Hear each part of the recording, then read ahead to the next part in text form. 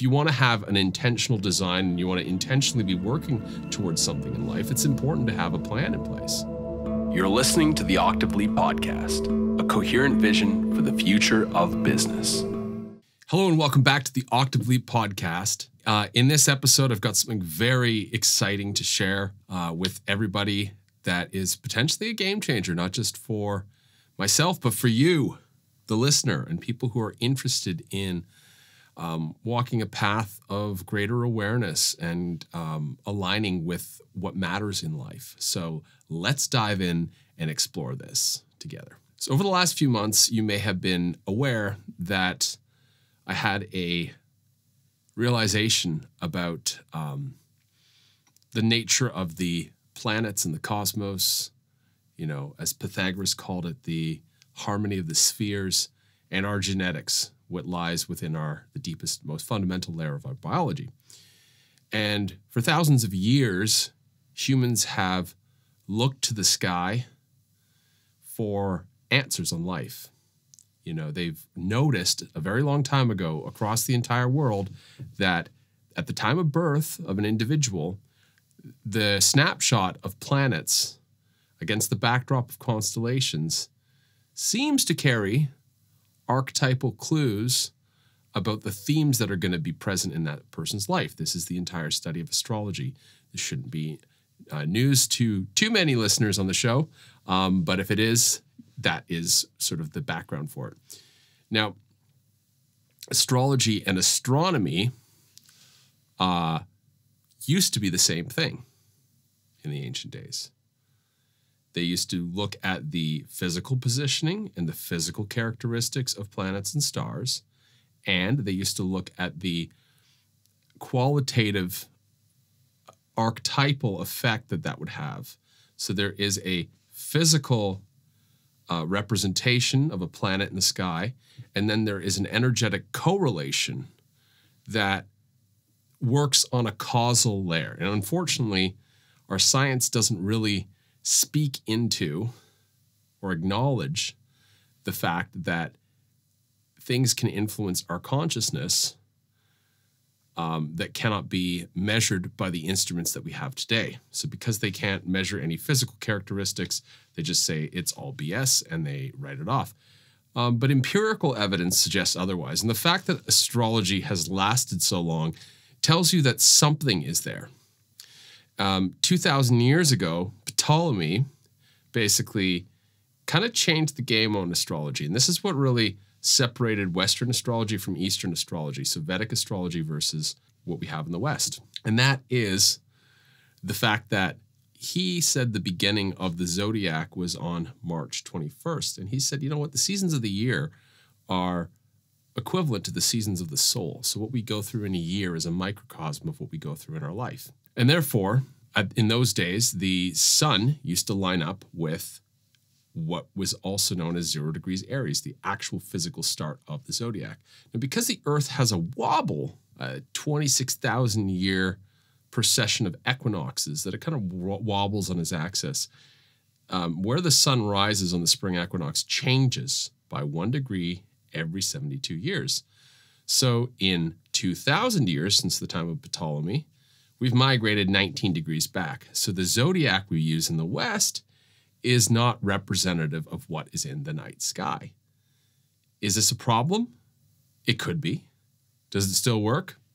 Yes, it does. What is this actually describing? And I think there's a bigger question here of why is there a wobble on the Earth? Why is there this abstraction of planets against 19 degrees offset from what's actually showing up in the sky? Well, those who ascribe to what I discovered and the model behind that is, and this is also something that they've said in the East. In India, they said, you know, astrology in the West is more describing the personality, and astrology in the East, in the Vedic traditions, which actually looks at the planets in the night sky, describes the soul. So what is the personality? Well, the personality and what it's describing is the part of us that's entrained into the Maya or the illusion or the material world. Some people call it the matrix, but it's the fabric of kind of what keeps human consciousness entrenched on this planet.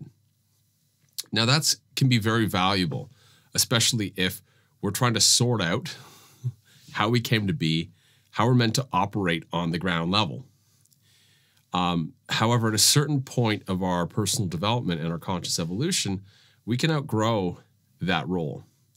And then it starts to feel like it's pigeonholing us back into an early version of ourselves when we look at the lens of Western astrology, or the tropical zodiac, as it's called.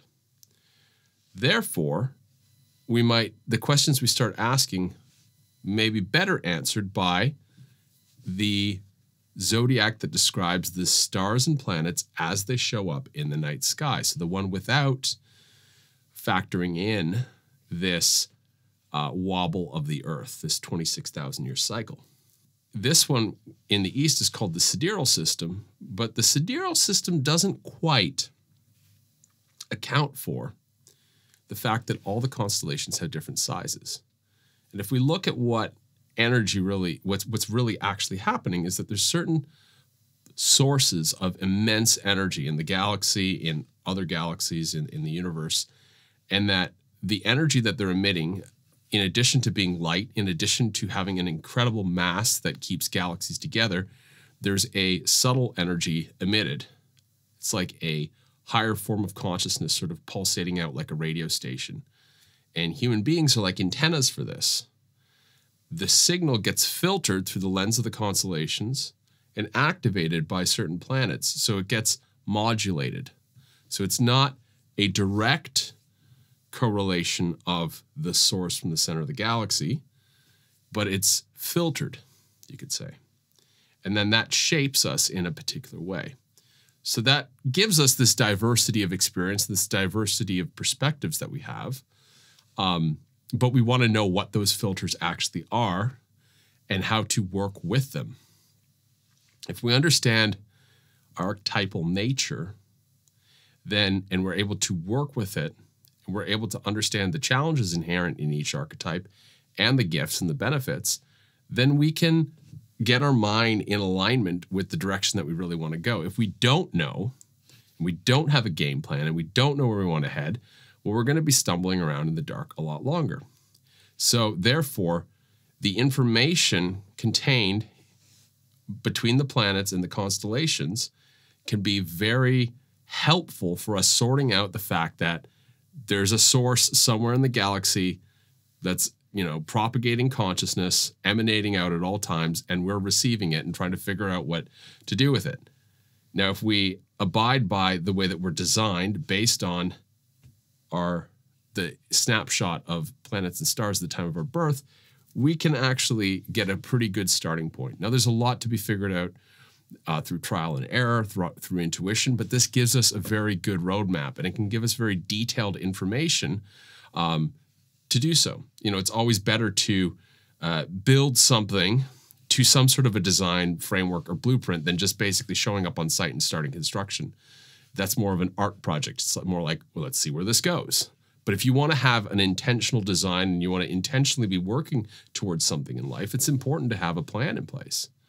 If you think about, I'll just share with you guys in my journey with business, for instance, if I leave it up to saying, oh, I'm just going to work when I feel inspired and just like hope magical things happen and I meet the right people, that's kind of good to have that optimism, but it doesn't work without actually having a structured plan and goals set and a way to actually reach that. When there's that structure in that container, when we have our values translated into laws and guidelines and a framework that actually support us, we get so much further.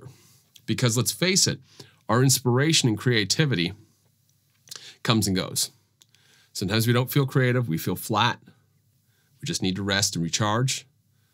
And other times we're bursting at the seams with creativity and we can't seem to contain it all. So that structure we create for ourselves, that plan or that roadmap or that design, is the thing that sustains consistency through the troughs and through the peaks, through the times of being flat and through the times of being creative. So then life is no longer left up to chance, but life is now abiding by a design made with our higher intelligence and our wisdom behind it.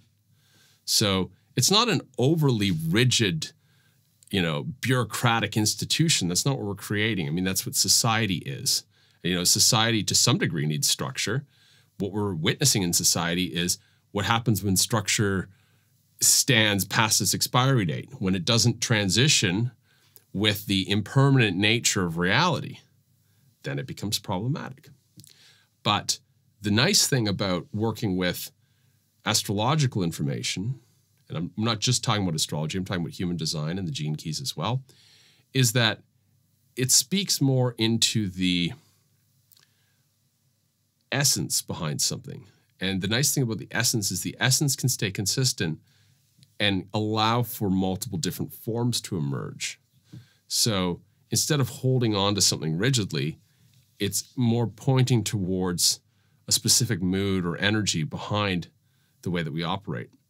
And if we can find consistency with that over time, we will deepen our connection to that energy. And if it's one that brings about expansion, dissolves fear, allows us to lean into reality as it is more and more, then I would say those things are good and consistent over long periods of time. Those are not things that need to change. The form is the thing that needs to change. The strategy is the thing that needs to change over time. But the essence can stay consistent.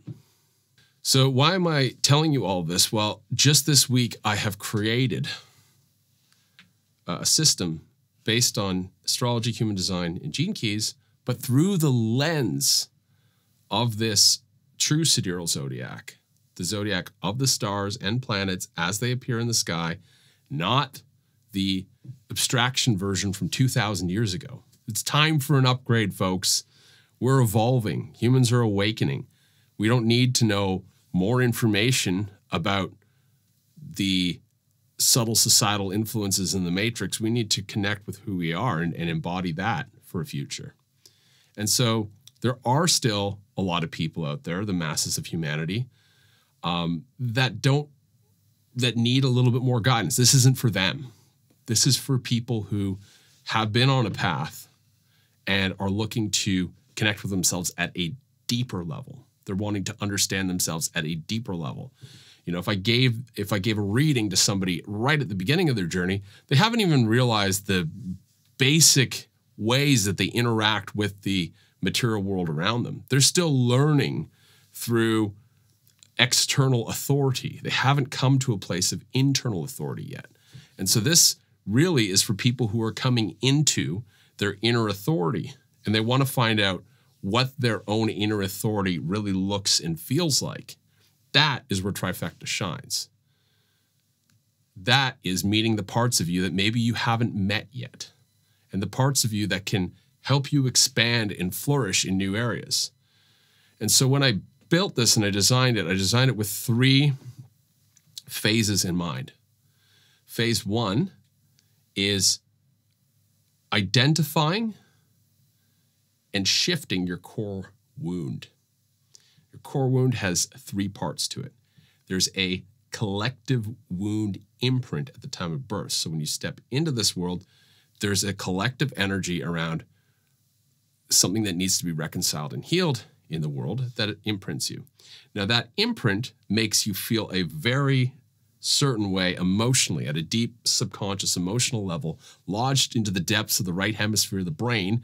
There's an emotional setting, an emotional hardwiring that is very difficult to override because it is directly correlated with this collective wound. And the third part of the core wound is where we end up placing our energy based on this subconscious emotional hardwiring, which is based on a response to the collective wound that we were born into at the time. Oftentimes, we have to realize that the events that happen that may be traumatic or may have shaped us in childhood, those were actually preordained, because you can read from what the themes are going to be in a person's life. So they're going to unfold according to this plan. Now, the way in which they unfold can be very, very different. You could have identical twins that live 2 completely different lives. They would effectively have the same core wound reading, but they could live 2 different lives. And that's because there's another factor here, which is the frequency in which we're operating. If we're operating from a very low frequency, we're going to be experiencing more resistance, more suffering, more inhibiting ourselves, essentially, losing ourselves to external sources. And this is going to create a tremendous amount of fear, grief, and anger. And it's different for everybody, but those are going to be the three main emotional states for somebody living in the shadow. Now, when they move out of the shadow and they reclaim their power, they step into their individuated state, which really is that heart energy. When people move from what they want to do, that core wound cleans up nicely and it becomes a very powerful gift of integration. It's sort of like, yeah, this is what I've been through. This is what my journey has been. You know, this is my story for how I got to where I am.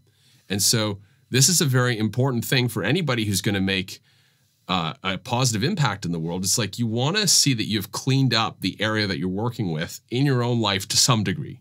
You know, you don't have to be the bestest, most perfect example of it, but you want to show that you have actually transcended certain challenges in your own life to get to where you are, to make you an authority in the area that you are claiming to be an authority in. Even if that is, you know, some job such as like, I'm going to take care of kids. Well, you should have had some sort of formative experience that has shaped you if you want to be somebody who innovates and evolves that and derives great joy from this. Otherwise, it'll just be a job. So that is basically the first phase, is shifting that core wound into a gift that you can go out and use to service. It ultimately shifts where you place your energy from wasting it away and you know, just kind of like swandering it in different directions, and it kind of dissipates, to actually focusing it on a vocation or a role that benefits the collective. Secondly, the second phase now, once our energy starts to move in this more positive, supportive direction, and the distortions caused by the core wounding clear, we can see our life path ahead of us, why we're here. And we can start to align with that path and maybe stop going down the path of hardship and veering off of that and in the wrong direction, or slightly in the wrong direction, and just get back onto the main road. That should feel natural. It should feel essential. It should feel supportive. However, we may have been so conditioned, and we may have been living according to some untruths for such a long time that we don't know what that feels like. It feels a little bit foreign at first. We need to actually give time to explore our life path. But what Trifecta does is it points you in the direction of the things that are going to serve that. It shows you the essential energy or themes or archetypes behind your life path, and that as you explore them and you lean into them, you can experiment with faster. You get the experimentation phase done faster with fewer failed attempts, and start to actually just get on with what you're here to do. So that's very invaluable, because otherwise you could spend 50 years experimenting or 70 years experimenting with what you might want to do, trial and error, and exhaust yourself in the process. But with this, it's sort of like you narrow the repertoire down to a few things to try out. You try them out and you find that essence or that mood behind it that really serves you. And when that happens, when you really lock into the thing, the essence of what you're here to do, you're then able to bend and shape reality in a way that serves that, because you become 100% moving in that direction. There's no part of resistance within you. If we pick something that is not our heart's desires, that's not our ideal reality, there's always going to be a certain part of ourselves that doesn't buy into it, because it knows there's more. And it sometimes exists on a subconscious level. So things won't progress beyond a certain point. We won't have that ability to really reshape things, because a deeper level of us knows this isn't it yet. Now, when we're really doing what we're meant to do, that deeper layer then buys into this thing. So we have more of ourselves showing up. We're getting closer and closer to 100. And the more we align with it, the more it burns away the residual resistance, right? So even if we lock in with what we're here to do, our mission, our calling, in the beginning, we might find that there's still some conditioning and resistance around that needs to be cleaned up. But the more that we align with it, the more that that stuff will burn off quicker. So the drag coefficient will just dissolve and reduce itself to effectively zero. I'm not saying anyone's perfect. I'm not saying, I know anyone that has no resistance, but there'll be less and less resistance to the point where other people might not notice it. They'll just see you and they're like, wow, that person is so alive and so lit up and so vibrant for what they're doing. And then finally, the third step is naturally attracting prosperity. In our society, we're so conditioned to think, I've got to do this thing I hate. I've got to compromise myself to make money, to earn a living, to have freedom. It's very ironic. It's like, I've got to suffer to have freedom. Not, I've got to feel expansive and joy to have freedom. And so this is something that, I kind of figured this out 7 years ago. I'm like, wow. I had taken my career in a direction of the most freedom I could possibly get out of working in a corporate setting. I was basically created a role for myself where I would be traveling to beautiful places like Arizona and Australia and Northern Canada. And I'd be earning good money because I'd be putting in extra hours, and I would often rent out my equipment to the companies I worked for. So in many ways, it was ticking the boxes, but still the actual work itself, and it was in nature in these beautiful settings, but there's something about it that didn't feel right. So I said, well, I need everything to align. I need everything to feel right about this. So I'm going to quit. And I quit and I found a new job, which is what I do now. And I said, this is the thing I really enjoy. And I'm going to have my freedom and do the thing I enjoy. Doesn't mean life is easy, but it means the activities I engage in don't create compromise. And that's the important part. And as a result of this, I've got to meet incredible people all over the world, people I get to keep in touch with. So I'd say my social life is thriving. I never have to think, I don't know, I feel lonely, or I don't have enough friends.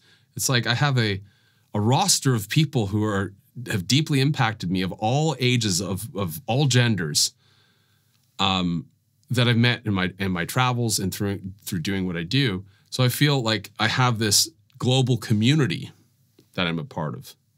That is prosperity. I also have the ability to just put everything on hold and go down to the beach and go surfing and then watch a sunset. That is prosperity. My material needs are taken care of. I'd say I probably earn quite a bit more money now than I did when I was working in a corporate environment. That, again, is prosperity. It's not just about money, though. Prosperity is very different than wealth. Wealth is complication. Wealth is having to manage many moving parts. And oftentimes, if you really look at it, sometimes very wealthy people are the most trapped in their lives. They can't actually escape the gilded cage that they built for themselves, especially when children are born into privileged families. You often see them that they become very unhappy. They turn to drinking and partying and self-destructive behavior because for them, there's no way out. There's certain conditions and expectations placed on them that don't allow them to escape. That is not prosperity. Might be wealth. They might have money. They might be on yachts. They might be flaunting it. Cool. It's not prosperity. Prosperity is an outflowing or a blossoming of this magnetic field that gives and attracts, gives and attracts. It gives to the world and it attracts the things it needs. It gives out, its gifts and then gifts to fuel more gifts come in return. So that open source feedback loop allows for materialization of one's life path so much quicker. And so you can see now the three things work well hand in hand. You address the core wound, you align with your life path, and you amplify your magnetism. So prior to this, I had released a core wounding beta version a few months ago of a report that you could order. And just the other day, just very, very recently, I actually finished a brand new report that's the full one. So it gives you a complete reading of your core wound, your life path, your prosperity, the shadow elements you're going to face, the gift elements, and even the transcendent qualities. It's actually got 6 videos embedded in this report to help you with practices, help you really get into the background. So this report is literally, an owner's manual to life, a roadmap that you wrote, your higher self wrote in the cosmos, hoping you'd find. I'm not saying I wrote this. I mean, I put the words there, but the mechanics were established by the planets and stars in the sky, according to the true sidereal zodiac, and the existing systems of human design, gene keys, astrology, and the I Ching. And I put them together in a very simple to read report, because one of the problems I'd encountered with all these systems is that they require in-depth prior knowledge. So a lot of the time, if people wanted to get very basic information, they had to be educated in this system. They had to be indoctrinated to a degree. And there's a level of boxiness that goes with that. What I want to create something that actually inspires and expands people's minds. And so this speaks in very plain English. It talks about the correlation between the stars and your genetics. It talks about the frequency at which you're operating. And from there, you're able to use your own wisdom and intuition and intelligence to diagnose where you're at, what the issues are, and how you get out of that to where you want to go. Pretty simple. And the other thing with this too is that I also say, these are descriptions, but like you can personalize this, and there's practices in there and affirmations to show you if you have pain and suffering, what expression does that pain and suffering want to actually take that will move you in the direction where you want to go? Because it's only a symptom right now. If you're suffering, even if it's deep-seated suffering, even if something horrible has happened, that suffering is trying to tell you something. That suffering isn't meant to be discarded, let go, chopped away, ignored. It's like a child trying to get your attention. And when you listen to it and you actually put it in its rightful place and you allow it to mature, it becomes a very powerful ally in your life. I believe it was Carl Jung who said, the vast majority of our potential lies in our shadow. The vast majority of our potential lies in the shadow aspect. So for those of you who are light and love positivity, that can feel very, very superficial. And, that is a phase we go through, but we see the cracks in that pretty quickly because we're ignoring the elephant in the room, which is looking at the shadow.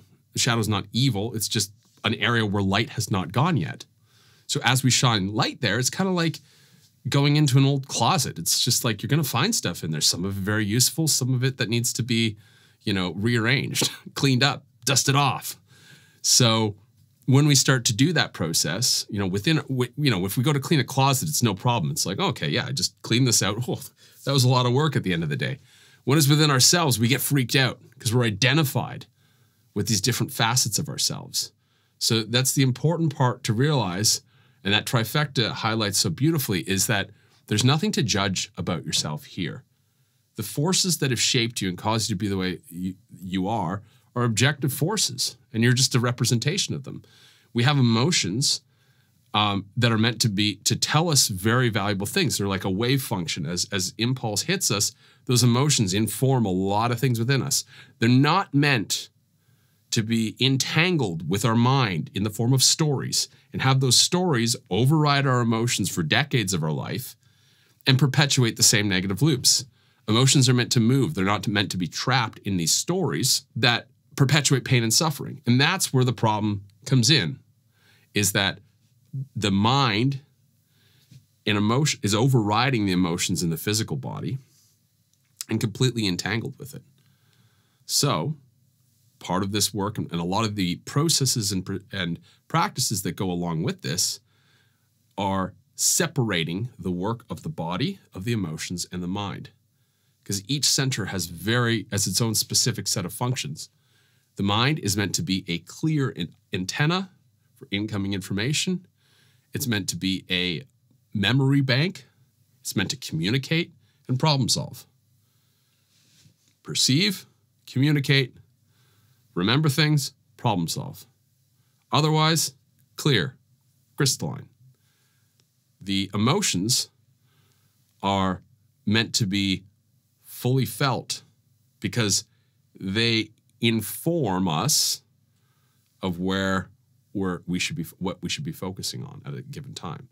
So, when people say heart-led, it's like the heart is informing the mind where it should be filtering and focusing, because the mind can only focus on a very, very narrow bandwidth of reality at a given moment. And finally, the body should be present. Clear mind, full heart, present body, right? Because a present body is one that can respond very quick instinctually to things.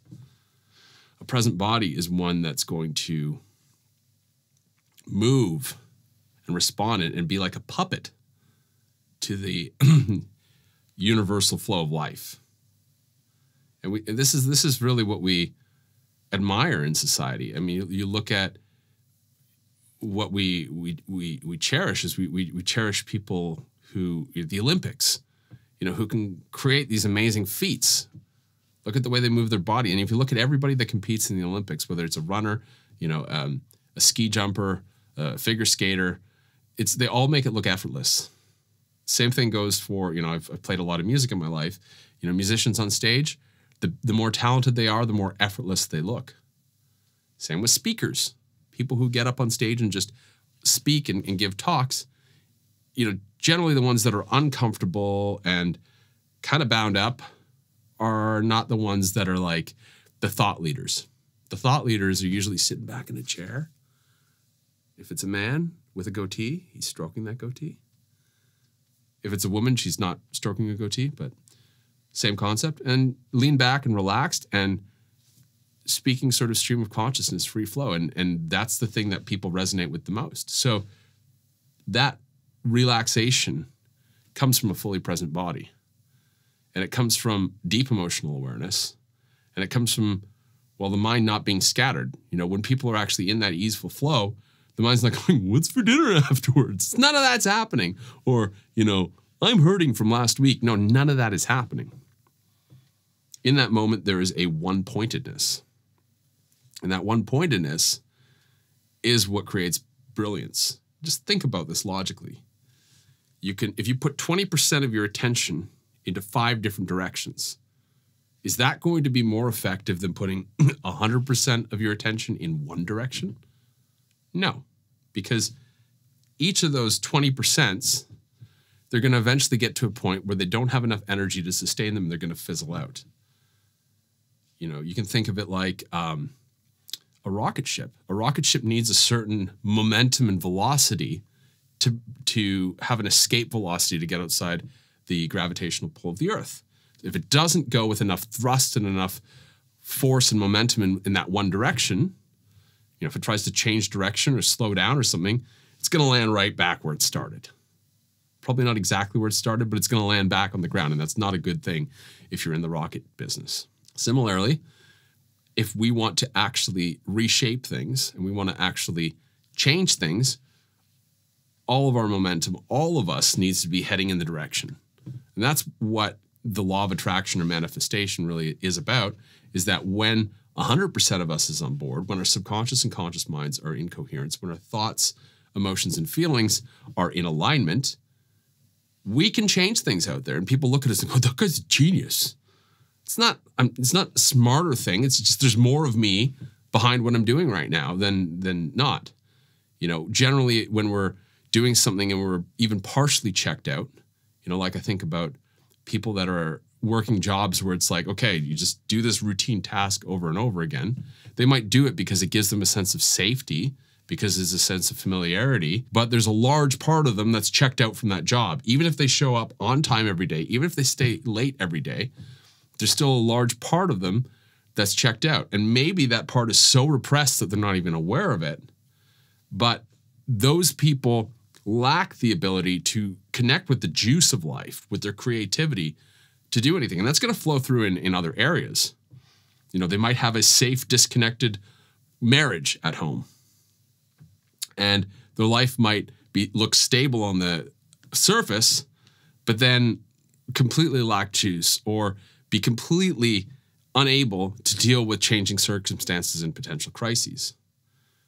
So I say it's better to live 100%, because that way we can actually shape things 100% led from the heart, things we enjoy doing. Because it's crazy out there, right? There's so much going on at all times. There's so many different opinions and ideas about things.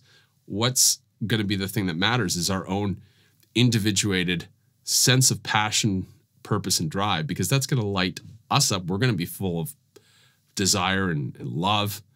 I should say love more than desire. That has a sort of a connotation of grasping. So we're going to be full of love and enjoyment and fulfillment, and that's going to naturally attract people, and it's going to naturally have a contagious effect on other people where it's going to make them feel the same way. And then people stop doing crappy things and they start doing cool things, and the world's a better place. So yeah, that's pretty much no more than that. That's all I have to say today. That's a pretty good place to end it on. But I do want to say this before we go. If you want to get your own personalized Trifecta report, that is available now. And I can provide this to you with these videos that I've got in there. This is the latest Rolls-Royce edition. It is $65 to order, and you can do so from the link below, and I will prepare it for you within 5 days and send it your way with all the supplementary material you need. And yeah, basically, what value do you have on getting a roadmap of the cosmos that you created for yourself, reminding yourself of your greatness? We pay much more than that for a vacation that is temporary, but what about knowing ourselves at a deep level? So this is the most affordable way that I've created to potentially help this process. So yeah, this is very exciting because I can see this as being able to help a wider range of people. Also people who may have heard me before and are just wanting to get to know me and wanting to take the first small step, and maybe working with me in a more involved way is not what they want right now. This is a great way to do it.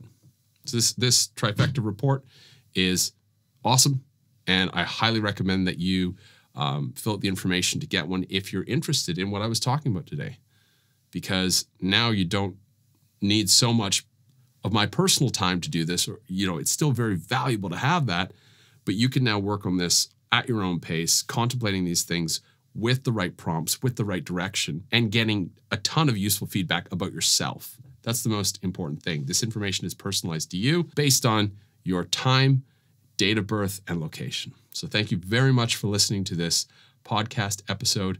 And yeah, let me know what you think of it in the comments below. Take care.